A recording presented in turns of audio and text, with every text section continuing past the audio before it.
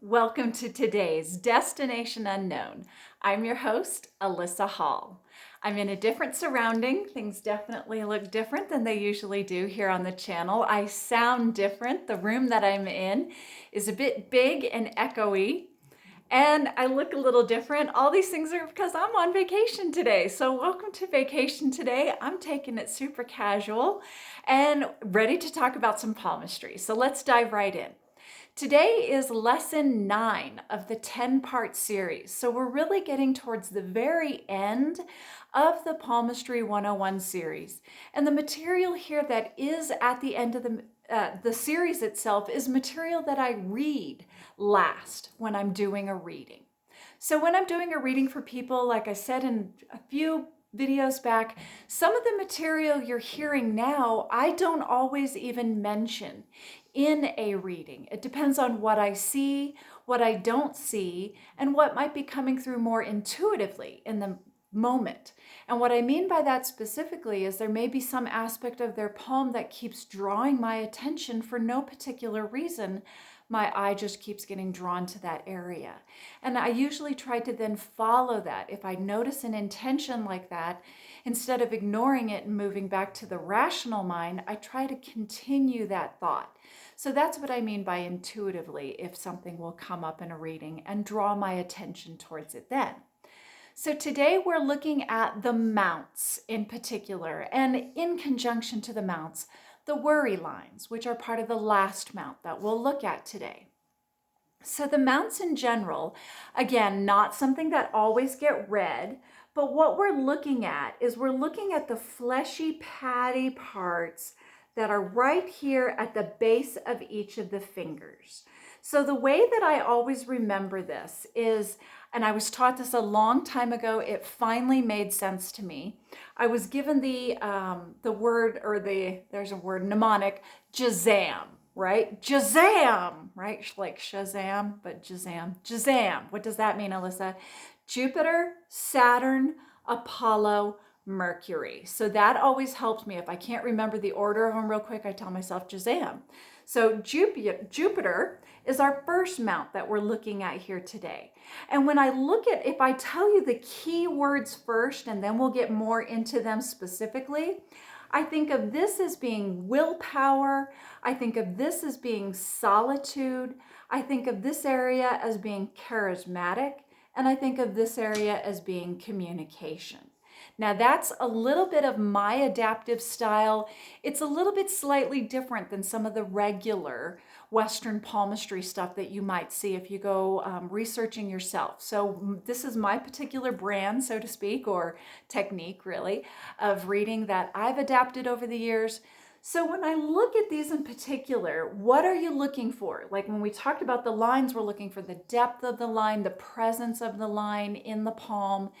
And when we're looking at the mounts, the best way to show you what we're looking at is to take my hand sideways against this white background, and I'm looking for big, puffy mounts. And so if I don't see anything, and you will notice in particular if you're reading a water hand has fleshier, or what I call puffier, a fleshier mount in all the areas. They'll just seem to be a little bit more pillowed up naturally in how they present themselves.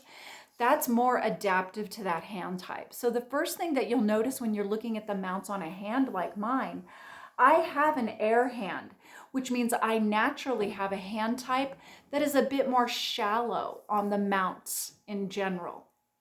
And you certainly see that. If I turn my hand as flat as I can get it to the camera, you'll see that really the only mount that kind of sticks out, and I'm trying not to make sure it's not the bend of my hand, is a bit of the Mercury.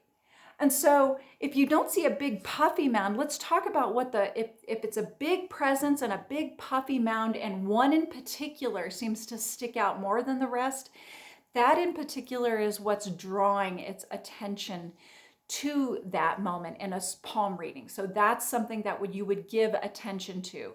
If you see someone like mine who has, for an air hand, kind of average and even maybe slightly indented areas, that's kind of more on the average side for an air hand. But what you're looking for with those two extremes being sometimes some are a little puffier naturally, some of them are a little flatter naturally, is you're looking to see are any of those mounts in particular really pronounced. And so if they're pronounced, they're going to be a lot more, like we're saying, puffy, dominant, elevated, and just much more prominent on the profile of the hand. You might also see, like in palmistry, you're looking for one of the two extremes. If you don't see a big puffy mount, you might see an indentation. Now, for me, and we'll get to this part in a moment, you'll notice I do have a pretty strong indentation on the Apollo mount on my dominant hand. And that's because there's a lot of markings and kind of rifts and valleys. If you run your finger across this area, it goes bumpy like this across the fingertip. So that's another thing that you're looking for. Are there a predominant area where you see it's not just an indentation without, sometimes you'll see an indentation that shallows out and there are no markings. Sometimes you'll see a lot of markings in one area and it will be much more pronounced because of the markings. So if it's pronounced, it's going to give more prominence to that particular characteristic. If it's shallowed out, it's going to be, as you might expect, less prominent for that particular individual and how they express each one of these aspects of their character. So again, if we go to the Jupiter mount first, Jupiter is a lot about willpower. Jupiter is the Roman god for Zeus. So when you think about all of that, the god of the pantheon who rules the other gods, it's willpower, it's a lot of power, ego concepts kind of get clustered up in there for me. And so that's where you will see if someone's got a really puffy mount in this area, they are a bit of a control freak. They can be very overbearing and domineering. If you see someone with a shallowed out area, that's the opposite effect, someone who is very meek and quiet by nature. And of course, the balance is the in-between. So if we move that same concept forward, being more pronounced and shallow being less pronounced, then we move next to the Saturn mount. So the Saturn in particular for me, this is an area that I'm again a little bit different than traditional palmistry. I almost always think of this as an area that reflects solitude. But when you look at some of the more standard meanings that are associated, like in Western palmistry with this, some of the words I wrote down were that they will have either a predominance or less of a predominance, again, of their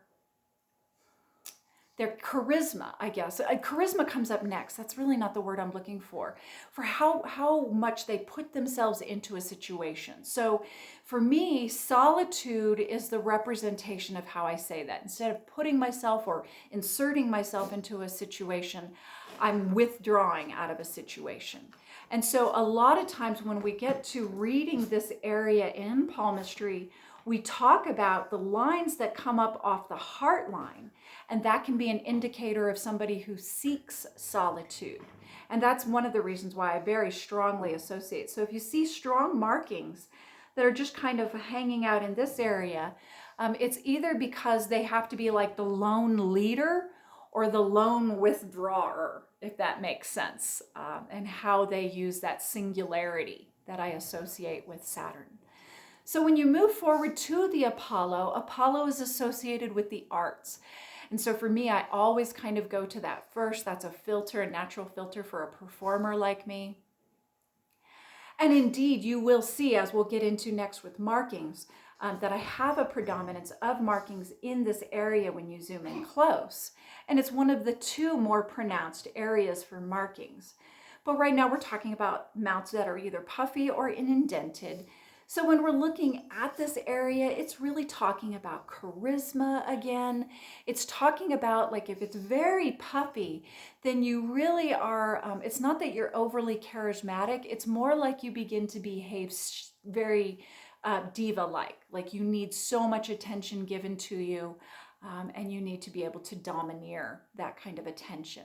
And then the opposite is true for an indentation, someone who is very superficial, who doesn't want to garner a lot of either introspection in themselves, although that can be associated. Introspection can definitely be associated with our Saturn, so don't let me get you confused. But yeah, if you're more introverted, I think that's the word I'm looking for. So if it's an indentation without markings, that's going to be more of that introverted nature. So they're less charismatic and outgoing. And similar to the angle of extroversion. So this is kind of one of those correlating areas where if you've already read for your sitter and you've already talked about their angle of extroversion and you don't see anything in particular here, you may not mention it because there's just nothing more to add to that conversation. So at the last mount of the top mounts that we're looking at is Mercury. And Mercury in general has to do with communication. So if you are puffier and big on communication, which you saw, that's pretty much my only puffed up mount, which shows I give a lot of more invested material of my life into that area. And here we are. So communicating, I love stories. I'm really big about storytelling and how communicating stories through theater, through written form, through oral form, and nowadays through podcasting, that's really what we key into as human beings. But so communication in general, but also intimacy. So this is an area like when we talked about the intuition line, when it gets all the way up into this mount of Mercury, it's talking about intimacy issues that you can express intuitively. Well, the same kind of thing holds true. So if you see a very developed area, it's going to also be someone who is either more, say they are more gifted at being intimate or allowing people in, as opposed to being more shallow and therefore more withdrawn again. That's just another way of thinking of it.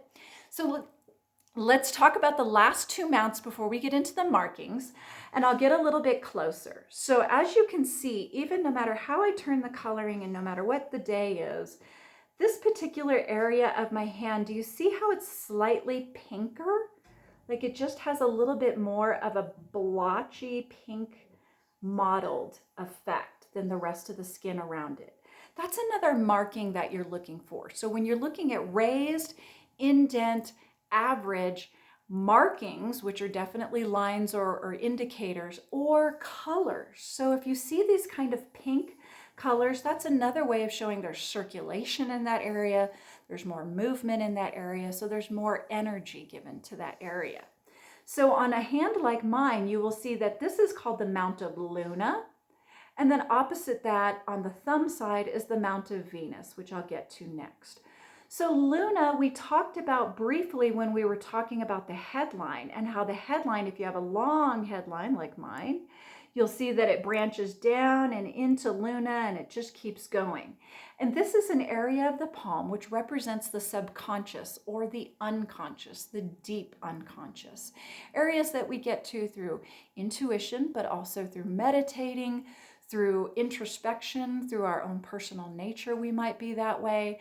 And for writing, you'll see the writer's fork for people who can get into that area, pull information from those deeper recesses of the mind and use that creatively. So that is what you're looking for here. Is it fleshy on me? Yeah, you bet. It's probably, it's kind of fleshy on everybody, I think. I'm trying to get a profile again to give you an idea of how fleshy or mounty it is. It's a little bit pronounced on me. And again, you can definitely always see the color aspect. So sometimes if I see color on a hand, I'll ask somebody, did you hit your hand a minute ago? And they'll usually either say yes or no. And if it's no, then I'll know that it's a color that I'm seeing from the circulation in the hand. And then the last mount area to talk about is the Mount of Venus. So this particular one, my puppy's in the background talking here too. So this particular one is commonly in Western palmistry associated with Venus, which is love and devotion and all of these kind of romantic concepts. And for me, that does not track. That does not ring true. That just doesn't jive with what I've been taught in my technique. So I don't have a tendency to look at this area at all when it comes to love, relationships, any of that. I'm just going to look at the heart line if I want to find that information in a reading. But this is an area of the palm where I was taught to look for worry lines. And like I said at the top, this is our last subject today. And I'm a great test subject because I'm really an expert worrier, you guys. So what are we looking for? As you get close to this particular area of my hand, you'll notice that I have tons of very shallow lines. So if I kind of cup my hand a bit, instead of shallowing it out, cup it a bit, you'll see the darker lines come up, and that these are not very deeply pronounced, but there are lots and lots of them. And so that is the sign, this particular whole area, you're looking for these kind of fine lines, and they may or may not intersect with the lifeline.